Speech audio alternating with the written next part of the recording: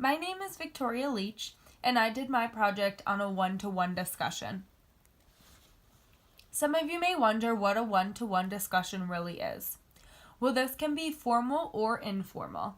If it is formal, it's going to be a planned activity, and if it's informal, it would be an unplanned activity, one that is unexpected and you just see as a good teaching moment. This will be a face-to-face interaction where information will be delivered specific to the needs of the learner. So it's important to start with an assessment and come up with mutual objectives and goals that you would like to go over between the teacher and the learner.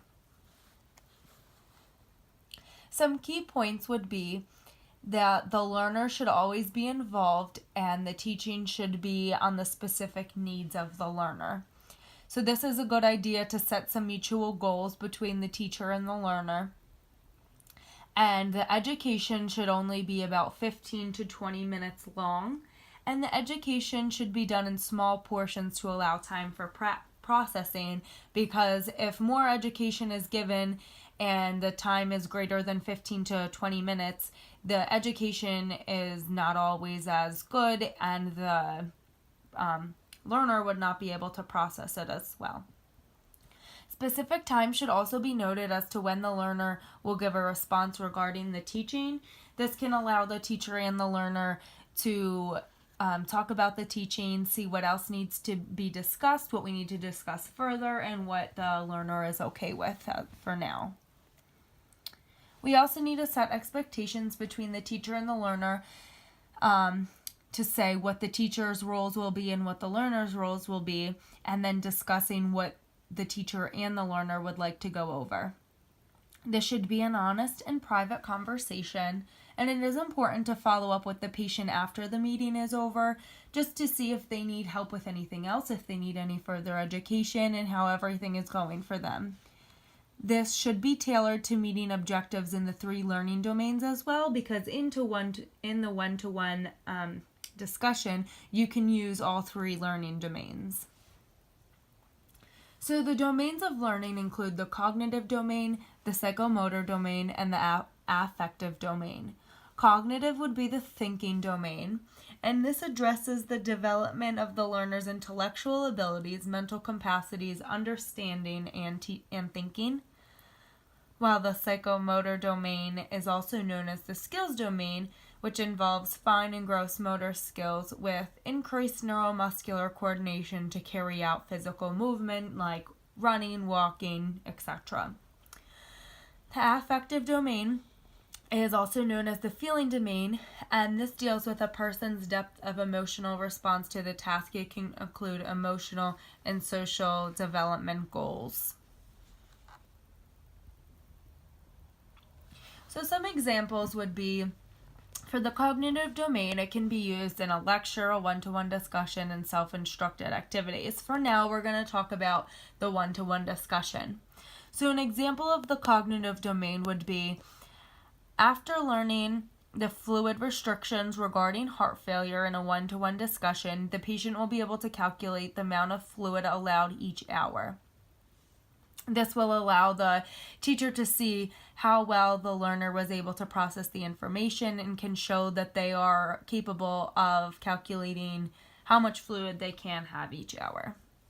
Psychomotor would be a patient had a leg surgery and now needs physical therapy, and we can show the patient ways they can ambulate specifically for themselves. This can assess their specific needs and tailor it towards them. Affective would be, and a patient needs a leg amputation and now needs further education regarding the situation. You would want to discuss their feelings regarding this traumatic experience and how they want to move forward, because this is such a difficult time for them. Having them express their emotions and feelings is very important. So the pros of a one-to-one discussion would be the pace and the content can be changed to meet the individual's needs. Effective for teaching behaviors in all learning domains.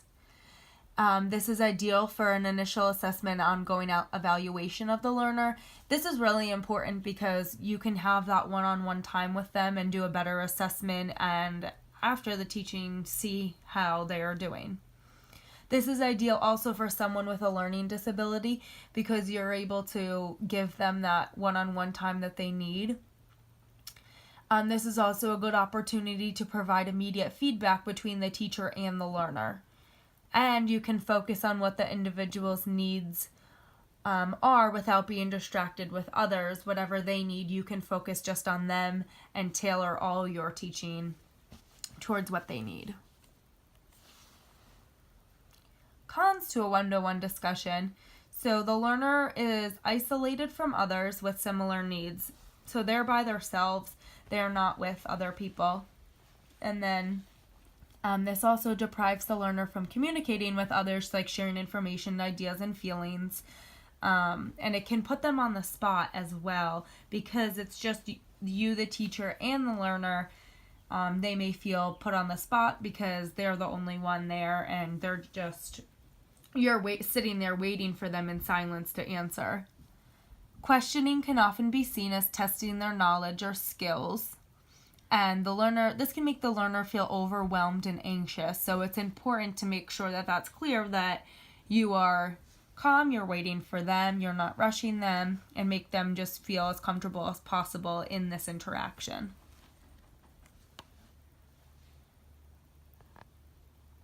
So some examples that we'll go over. I'm first going to do examples of one-to-ones with your patients. So examples of ways you can use this is when you're doing your education in the discharge phase regarding medications that they are going to take home.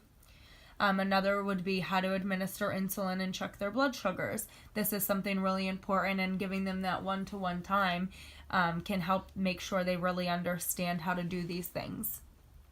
On admission, regarding the importance of vaccinations, when we do admissions assessments, we always ask about vaccinations, if they have been vaccinated, and their knowledge on them. And then another really important one, if they have a new onset of an illness, an education session would be really important so they can learn more about the disease and they can focus on just that, and you can hone in and focus on their needs and what they need for their education on.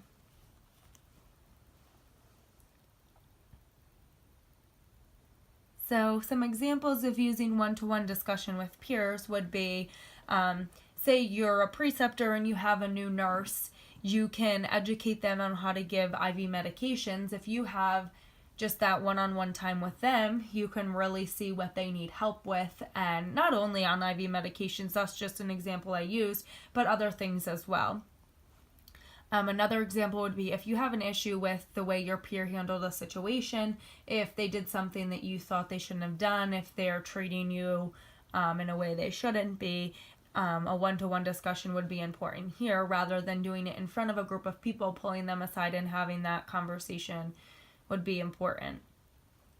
And lastly, an employee and supervisor need to have a meeting regarding a chart audit that was performed and how to fix the mistakes. So the supervisor can pull the employee into their office. They can discuss what needs to be fixed and how to do that, and the supervisor would be able to educate the employee on how to better their charting.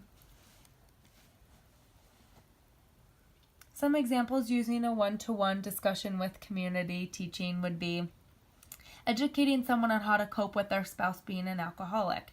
So this can be really difficult for someone. They might have to be covering up for their spouse and just dealing with all of the things that come with that. It's important to teach them how to cope with that. They can go to support groups and different things like that. Another example would be if someone is having suicidal thoughts, a one-to-one discussion would be ideal for completing this education because this is such a difficult topic. Completing it in privacy with just one other person would be best for the patient. Another example would be if someone is trying to quit smoking and they come for help, you would be able to educate them on smoking, and then you can assess their specific needs and their specific reasons as to why it's difficult to quit for them, and you can tailor your education towards that and trying to help them quit smoking. And then this last page is just the references I used. Thank you for listening.